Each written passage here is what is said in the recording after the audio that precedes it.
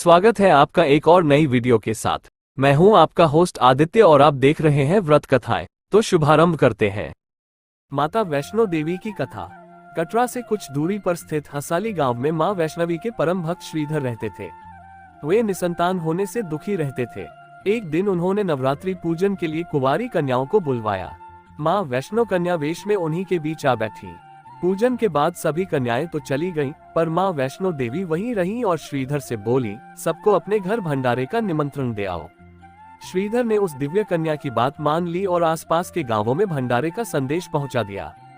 वहां से लौटकर आते समय गुरु गोरखनाथ व उनके शिष्य बाबा भैरवनाथ जी के साथ उनके दूसरे शिष्यों को भी भोजन का निमंत्रण दिया।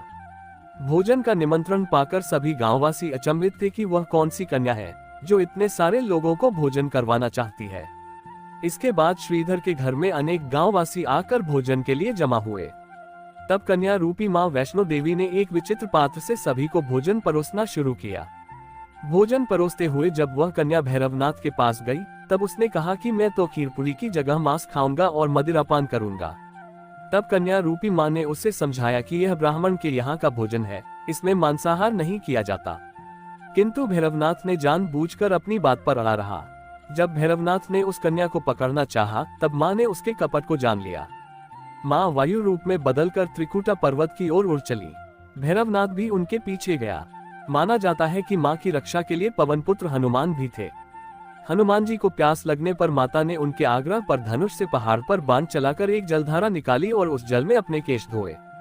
आज ये पवित्र जलधारा बाणगंगा के नाम से जानी जाती है। इसके पवित्र जल को पीने या इसमें स्नान करने से श्रद्धालुओं की सारी थकावट और तकलीफें दूर हो जाती हैं। इस दौरान माता ने एक गुफा में प्रवेश कर 9 माह तक तपस्या की। भैरवनाथ भी उनके पीछे वहां तक आ गया। तब एक साधु ने भैरवनाथ से कहा कि तू जिसे एक कन्या समझ रहा है वह आदिशक्ति जगदम्बा है, इसलिए उस महाशक्ति का पीछा छोड़ दे। भैरवनाथ ने साधु की बात नहीं मानी। तब माता गुफा की दूसरी ओर से मार्ग बनाकर बाहर निकल गईं। ये गुफा आज भी अर्धकुमारी या आदिकुमारी या गर्भजून के नाम से प्रसिद्ध है। अर्धकुमारी के पहले माता की चरण पादुका भी है। ये वह स्थान है जहां माता ने भागते भागते मुड़कर भैरवनाथ को देखा था। गुफा से बाहर निकलकर कन्या ने देवी का रूप धारण किया। माता ने भैरवनाथ को चेताया और वापस जाने को कहा, फिर भी वह नहीं माना। माता गुफा के भीतर चली गईं। तब माता की रक्षा के लिए हनुमान जी गुफा के बाहर थे और उन्होंने भैरवनाथ से युद्ध किया। भैरव ने फिर भी हार नहीं मानी।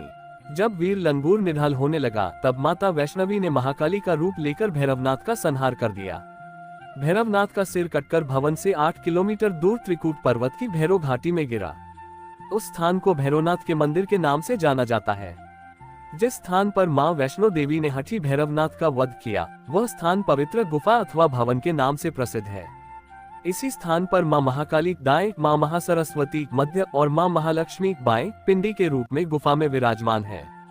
इन तीनों के सम्मिलित रूप को ही मां वैष्णो देवी का रूप कहा जाता है। कहा जाता है कि अपने वध के बाद भैरवनाथ को अपनी भूल का पश्चाताप हुआ और उसने मां से क्षमादान की भीख मांगी। माता वैष्णो देवी जानती थी कि उन पर हमला करने के पीछे भैरव की प्रमुख मंशा मोक्ष प्राप्त करने की थी। उन्होंने न केवल भैरव को पुनर्जन्म के चक्र से मुक्ति प्रदान की, बल्कि उसे वरदान देते हुए कहा कि मेरे दर्शन तब तक पूरे नहीं माने जाएंगे जब तक कोई भक्त मेरे बाद तुम्हारे दर्शन नहीं करेगा।